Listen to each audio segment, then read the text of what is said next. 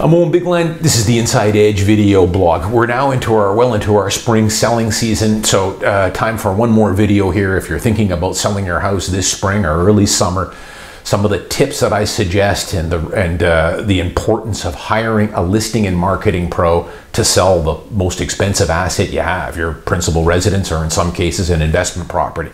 So every year I do one of these blogs. So let me give you some ideas here. When a client calls me up and says, "Oh, and I want to list my property," the first step is to go out to the unit or to the house and let me have a look at it. The purpose of this is before we list the property, let me have a look if there's ways that we can improve the marketability of your home. And if your realtor isn't doing this, they're not doing your job. This is what you're paying me for. So oftentimes, let's call it 10% of the time, I will show up to a house that is absolutely flawless, beautifully decorated, mint condition. There really is nothing more I can suggest to do. They've done their homework. They've been on design sites. They've gone onto the internet and picked up every tip in the book. And I love working with those ones. All I've got to do is bring my photographer in and book a time to shoot the photos. But the other times, it can range from just a bit of decluttering, which often is the case. Sometimes people have a little bit too much furniture in there or too much stuff. We all do. A lot of times decluttering goes a huge way. It doesn't cost you anything, or you might have to rent a storage locker for a month. But you know, decluttering can improve the marketability of a home a great deal. And a $300 storage locker can easily add on a $700,000 condo $10,000 to $20,000 on your final selling price. Because that's the thing. You don't have to take all my advice when I tour the home, but and some do, some don't, or we meet halfway in between. But everything I'm going to suggest you do to improve marketability, it might cost you a few dollars, but for every dollar I suggest we spend, if it does involve spending money, decluttering doesn't really involve anything, I will get you back $5 for every dollar spent, guaranteed. So some other things, decluttering is a big thing. Some minor repairs, if something's broken, if the toilet isn't working properly, or the dishwasher isn't working, or the dryer, whatever, it's best to fix that. You want to get that taken care of now before it gets discovered in the home inspection down the road. You want it so that it is much possible it's a move-in house. It doesn't have to be fully renovated or anything, but you want it to show its best. The house that shows its best will get the best price every single time. So in some cases, it might involve some minor paint touch-ups, some minor repairs, faucets leaking, toilet, whatever. So I will go through with people and give them some suggestions to add to the marketability. In some cases, if it's a detached house that's quite expensive and they're fairly sparse on the furniture, I might recommend staging the house. It all depends on the price point, what the seller wants to do. But you know, I've had $3 and $4 million homes that we've done $20,000 and $25,000 stagings on. We've worked sometimes with some of the limited furniture they have, and then furnished the rest of the rooms. I can tell you, $25,000 is a lot of dough, but it gets back in the final selling price every single time. What I'm finding more and more on, especially with units that are priced around $1 million, $1.5 million, oftentimes we need a little bit of decluttering. They've got some decent pieces of furniture, but we just need some finishing staging.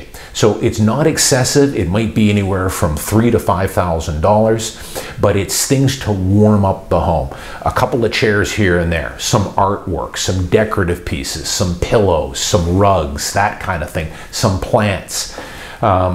So it's not a huge expense, but the $3,000 or $4,000 spent can add $20,000 to the final selling price. Again, I'm not going to recommend we spend any money getting this house market ready or more marketable unless I know I can get you back 2, 3, or 4 times what for every dollar we're spending, which I can. You know, one other thing I'll talk about too, and it follows up to, you know, again, I got to do one more blog here on, you know, selling tenanted properties. And my God, I wish people would just stop the madness with this. I don't know what it is, but over the years, you're always going to get people that are selling properties with tenants in it. But for whatever reason, I've seen a bit of a spike in the last 3 or 4 months where I'm seeing probably 10 or 15% more units that when I look down at the owner status, it's tenanted. Maybe it's the market. We're at all-time peak prices in 1-bedrooms. Maybe some landlords are thinking now's the time to sell. I don't have time to get my tenant out. I want to get it on the market and sell it quick. I don't know. But it is absolutely crazy to be selling a tenanted property. Watch my blogs on it. There are better ways we can get your tenant out. It's called negotiating. If you hire a pro who knows how tenancy law works, if you're on good terms with your tenant, I will give you the script on how we can get the tenant out on their terms amicably and get the unit empty, and I will get you $20,000 or $30,000 more every single time. But you know, when I go on the MLS, before I even look at the status if it's owner occupied or tenanted, just by looking at the photos, I can tell whether this thing is tenanted.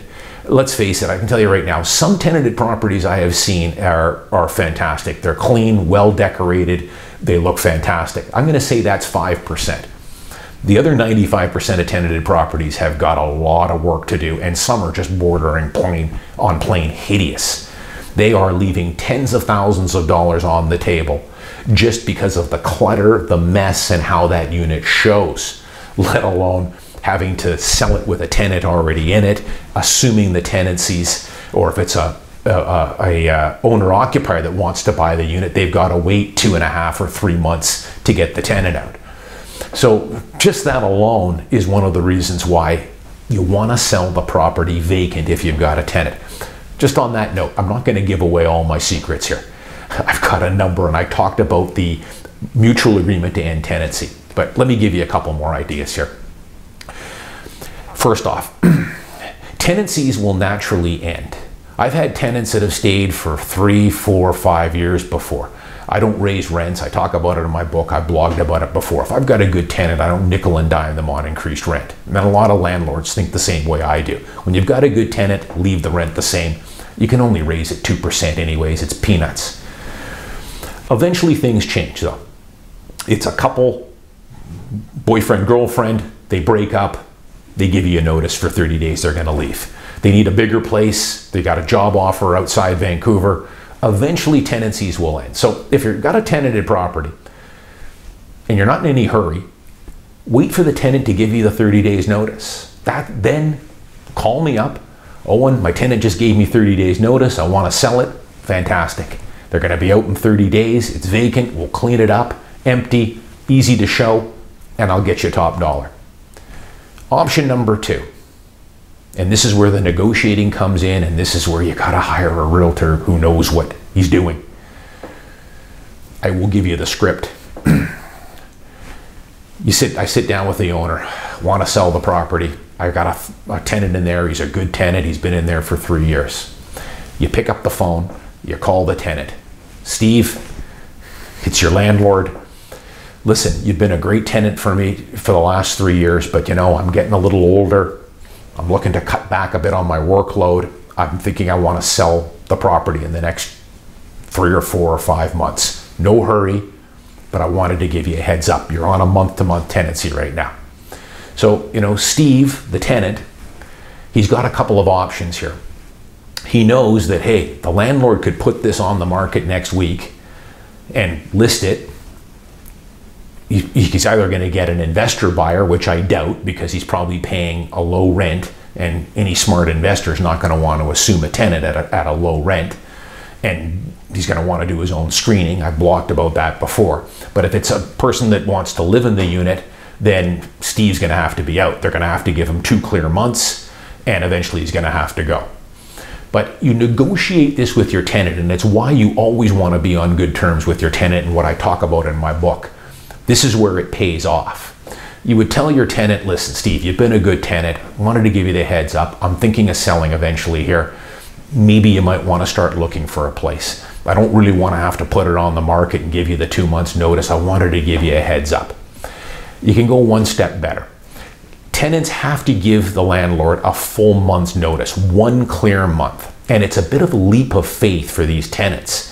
It's tough to do. You have to give your notice on the 30th, And then you have, without knowing that you're going to be moving into your new place yet, because those listings won't come on to Craigslist until the 1st or 2nd. All the tenants give their notice the last day of the month.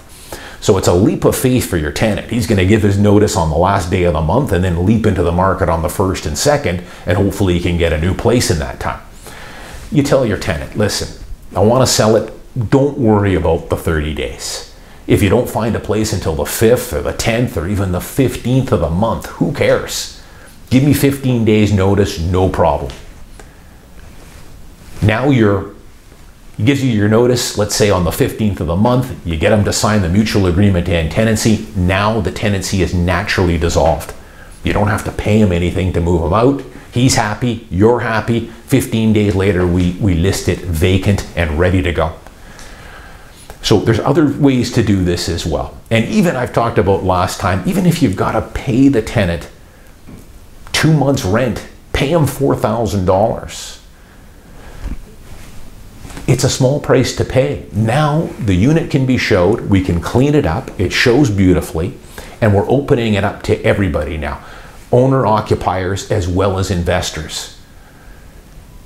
You've got the whole spectrum of buyers here. You're not limiting it, because remember, when I'm working with an investor, a few times we've assumed a tenant. The only times we've done that is when the tenant hasn't been in there very long and is paying full market rent. The rest of the time though, I don't really want my buying clients, and most good investors don't want to assume a tenancy, because A, they're usually paying a low rent, $200, $300, $400 below market, so you're never going to be able to raise that rent anywhere where it needs to be on an annual basis.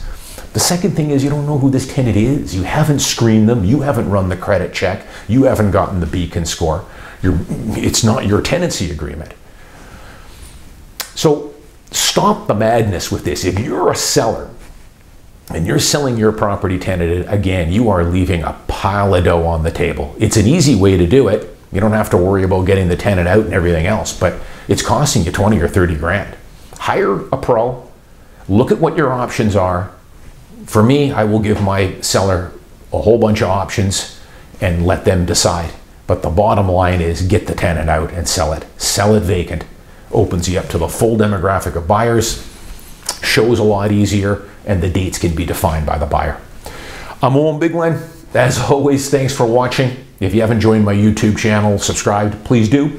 I'll see you next week.